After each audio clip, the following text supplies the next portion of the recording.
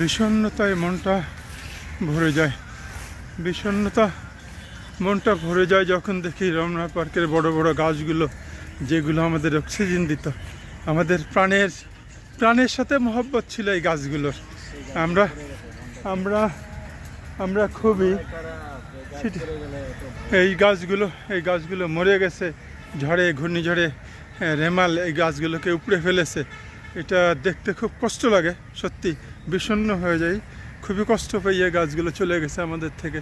এরকম একটা গাছ তৈরি হতে 20 বছর, মিনিমাম 20 বছর লাগবে, 20 থেকে 30 বছর লাগবে। এরকম রমনা পার্কে অসংখ্য গাছ এরকম চলে গেছে, অসংখ্য গাছ চলে গেছে। এই গাছটা যেটা আমি দেখাচ্ছি, এটা অক্সিজেন জোন, যেখানে আমি প্রতিদিন 2টো চক্কর দেই, সেখানকারই একটা বড় গাছ।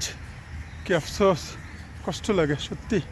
এরকমের একটা গাছ, এরকম অনেক গাছ পড়ে গেছে ঘূর্ণিঝড়ে, অসংখ্য গাছ পড়েছে, যেটা আমাদের জন্য খুবই ক্ষতির কারণ। এই অক্সিজেন জোনের গাছগুলোই আফসোস, খুবই পীড়াদায়ক।